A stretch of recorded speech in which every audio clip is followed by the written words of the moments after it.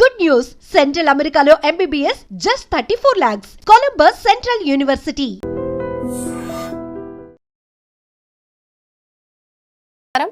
Welcome to I dream. నేను మీ విజిత. ప్రస్తుతం మనతో పాటు ఉన్నారు ప్రముఖ ఆధ్యాత్మికవేత్త బ్రహ్మశ్రీ డాక్టర్ రాజన్ నంబూత్రి గురుగారు. నమస్కారం గురుగారు. నమస్కారం గురుగారు, మనకు ఆషాఢ మాసంలో వచ్చే ఏకాదశిని తొలి ఏకాదశి అని చెప్పుకుంటాం. ఎందుకని అంటే ప్రతి మాసంలో మనకి ఏకాదశి వస్తూ ఉంటుంది. మరి ఈ మాసంలో వచ్చే ఏకాదశిని తొలి ఏకాదశి అని చెప్పి ఎందుకు చెప్పుకుంటున్నాము? దాని వెనకాల ఏమైనా ఆంతర్యం ఉందా? ప్లస్ మనకు ఈ ఏకాదశి తర్వాత నుంచే పండుగలన్నీ కూడా ప్రారంభమవుతుంటాయి. తర్వాత చాతుర్మాస దీక్షలు అని చెప్పి మొదలు పెడుతూ ఉంటారు. అసలు ఏంటి గురుగారు, దీని అంతటి గురించి క్లియర్ గా తెలియదు. తప్పకుండా ముందుగా శ్రీ మహాగణపతి దేవతోప్య నమః. చాలా చక్కని ప్రశ్న అమ్మా. ఎప్పుడైతే కూడా ఉత్తరాయణం నుండి దక్షిణాయనంలో మనము ప్రవేశించిన తర్వాత మొట్టమొదటిసారిగా వచ్చే వంటిది తొలి ఏకాదశి. ఈ తొలి ఏకాదశిలో చాతుర్మాస దీక్ష తీసుకున్న బట్టి మఠాధిపతులు, పీఠాధిపతులు, పెద్ద పెద్ద స్వామీజీలు వీళ్ళంతా ఏంటంటే మఠము వదిలిపెట్టి వెళ్ళడం ఒక ఆచారం. ఓకే ఏమండి, అంటే ఈ మఠం నుంచి ఇప్పుడు కాంచీపురం మఠస్థులంతా కూడాను ఇంకెక్కడైనా కాశీయో రామేశ్వరమో ఇంకేదైనా ప్రదేశానికి లేదంటే నైనిసారమో ఏదైనా మంచిగా ఎన్నించుకుని 3 నెలల పాటు కూడా అక్కడ చేస్తుంటారు. ఓకే ఓకే ఇది ప్రారంభమవుతుంది కాబట్టి చాలా జాగ్రత్తమైన వంటి విషయం. కాబట్టి ఇంకోటి ఏకాదశి రోజున ప్రత్యేకంగా స్వామివారికి చేయవలసినటువంటి కైంకర్యాలు చాలా ఉన్నాయి. ఈరోజు చక్కగా తొలి ఏకాదశి నాడు మహావిష్ణువు పవలింపు సేవలకు పోతారు. ఓకే, పవలింపు సేవ అంటే ఈ 6 నెలల పాటు కూడాను ఆయన ఈ యొక్క పరిపాలన చేస్తారు కాబట్టి ఈ 6 నెలలు కూడాను నిద్ర యోగలో వెళ్తారు. ఆయన ఉంటారు, ఆయన ఎక్కడ వెళ్ళరు కానీ నిద్ర యోగాలో వెళ్తారు. ఆ నిద్ర యోగ వెళ్ళడానికి కోసం ఈ తొలి ఏకాదశి నుంచి ముక్కోటి ఏకాదశి వరకు కూడా స్వామివారికి సేవలు చేస్తూ ఉంటారు. 108 ధాములో విధానమైన వంటి ప్రక్రియ ద్వారా స్వామివారికి కైంకర్యాలు చేస్తారు. ఇప్పుడు మనకు కావేరిలో శ్రీరంగనాథ స్వామివారి టెంపుల్ ఉంది, శ్రీరంగపట్టణంలో. ఆ స్వామికి వెన్నె, నెయ్యి ఆ పాదాలకు లేప్యం రాస్తూ ఉంటారు ప్రతిరోజు. ఎందుకంటే ఈ 6 నెలల పాటు కూడా మనకు భూసంచలనం చేసి వచ్చారు కాబట్టి విశ్రామం తీసుకోవడం కోసం స్వామికి మీరు వెళ్ళినా కూడా డైరెక్ట్ చూడవచ్చు. మనం కొన్ని ఇచ్చేసినా కూడా డైరెక్ట్ వాళ్ళు పెట్టేస్తారు.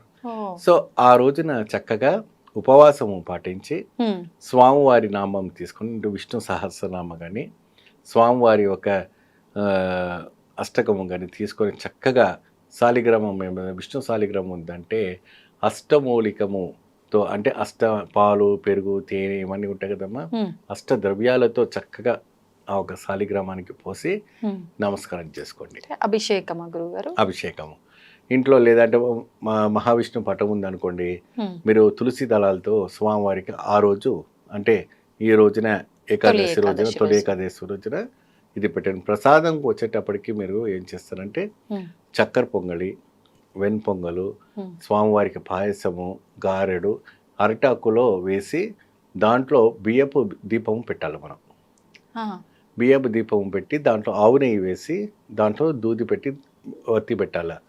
అప్పుడు శ్రీ మహావిష్ణు తృప్తిపరిచి స్వామిని మనం పవలింపు సేవలు చేస్తుంటాం. ఆవు నెయ్యితో దీపం.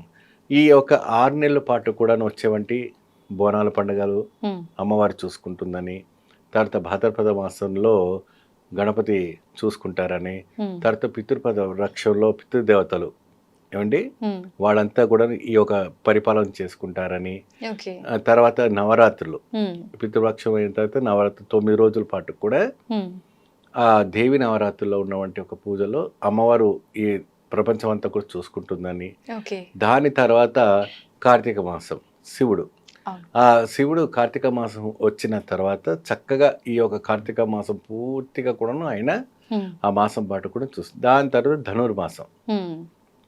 ఆ ధనుర్మాసం ఏంటంటే మహావిష్ణువు అంటే అంశంలో ఉన్నవంటి సుదర్శన, శ్రీచక్ర ఏమండి, శ్రీచక్ర, కలశం ఇవి రెండు కూడా ఆ ఒక ధనుర్మాసానికి విశేషంగా ఆరాధన చేసి ఆ ధనుర్మాసం 41 రోజు పాటు కూడా స్వామివారిని మేలుపు కొలుపుతారు. ఆ మేలుపు కొలుపు ప్రక్రియల్లో ఆండాల్ పారాయణము, ఆండాల్ తిరుల ఇవన్నీ కూడా చేసి ఆ ఒక గోదాదేవి పూజ చేస్తుంటారు. ఆ గోదాదేవి వెళ్ళి అమ్మవారిని స్వామివారికి వినిపించి పాడుతుందట. అందుకే ఇది చాలా అద్భుతంగా మీరు ధనుర్మాసంలో చక్కగా ఎక్కడైతే కూడా శ్రీరంగం పట్నం కానీ ఇంకెక్కడైనా మహావిష్ణు క్షేత్రంలో గోదాదేవి పారాయణం అని కూడా చేస్తూ ఉంటారు. ఈ రకంగా అప్పుడు ముక్కోటి ఏకాదశి అదే వైకుంఠ ఏకాదశి వచ్చినప్పటికీ ఈ ధనుర్మాసంలో వస్తుంది. వచ్చినప్పుడు అంటే జనవరి ఇప్పుడు నెక్స్ట్ 8వ తారీఖు 9వ తారీఖు వస్తుంది జనవరికి.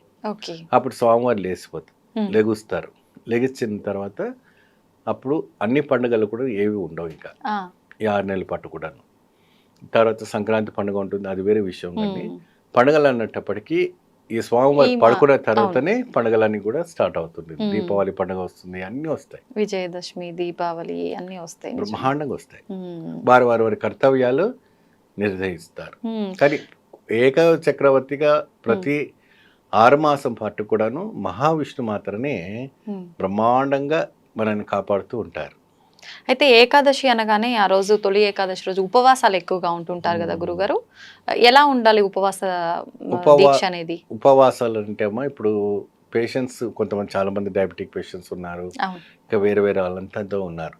సో వాళ్ళకంటే కూడా ఉపవాసాలు ఉడకబెట్టినటువంటి అన్నాలుగా తినకుండా ఏదైనా డ్రై ఫ్రూట్స్ కానీ ఫ్రూట్స్ కానీ అలాంటి అంటే షుగర్కి సంబంధించినవంటి కాకుండా మంచి తిని పదార్థాలు ఉండాలి. వండిన పదార్థాలు కాకుండా అంటే ఎక్కువ పొయ్యి మీద పెట్టకుండా వంటి పదార్థాలు తినకూడదు. సో నార్మల్గా మంచిగా యాక్టివ్గా ఉన్న పర్సన్స్ ఏంటంటే నీళ్ళు కూడా తాగకూడదు ఆ రోజు. అంటే శివరాత్రి రోజు చేసిన రకంగా చేయాలి. ఏకాదశి రోజున కూడా తలస్నానం చేసుకొని బ్రహ్మ ముహూర్తంలో మంచిగా అప్పటి నుంచి కూడా సాయంత్రం వరకు కూడా విష్ణు పారాయణ కానీ విష్ణు గాయత్రి కానీ జపం చేసుకుంటూ చక్కగా మీరు ప్రొసీడ్ అయితే చాలా అద్భుతమైనటువంటి ఒక ఫలితం లభిస్తుంది. ముఖ్యంగా ఆ రోజు వంటల్లో కూడాను ఎవరైనా అంటే మన ఇంట్లో పెద్దవాళ్ళు ఉంటారు, వాళ్ళకి అది ఎల్లిపాయలు కానీ ఉల్లిపాయలు కానీ అలాంటివన్నీ కూడా ఏం పెట్టకుండా నిషేధం. సో ఏకాదశి పెట్టకూడదు, ఆకులో భోజనం చేయాలి. తొలి ఏకాదశి అంటే స్వామివారికి చాలా చక్కగా అద్భుతమైనటువంటి ఒక వైబ్రేషన్స్, అద్భుతమైనటువంటి ఒక ఫలితం మహావిష్ణు మనకి ఇస్తారు. ఎందుకంటే ఇప్పుడు ఆ ఉపవాసాన్ని ఎప్పుడు విరమించాలి గురుగారు? మరుసటి రోజు విరమించాల్సి ఉంటుందా? అదే రోజు రాత్రికి అల్పాహారం ఏదైనా స్వీకరించుకోవచ్చు, లేదంటే మరుసటి రోజు మహానైవేద్యం పెట్టేసి పూర్తి. కొంతమంది అంటే రాత్రి అంతా కూడాను ఉంటారు, మరుసటి రోజున వాళ్ళు మహానైవేద్యం పెట్టి స్వామివారికి తీర్థప్రసాదం పెట్టిన తర్వాత ఇచ్చేస్తారు. చక్కగా వివరించారు గురుగారు తొలి ఏకాదశి విశిష్టత, పూజ విధానాన్ని. ధన్యవాదాలు. నమస్కారం.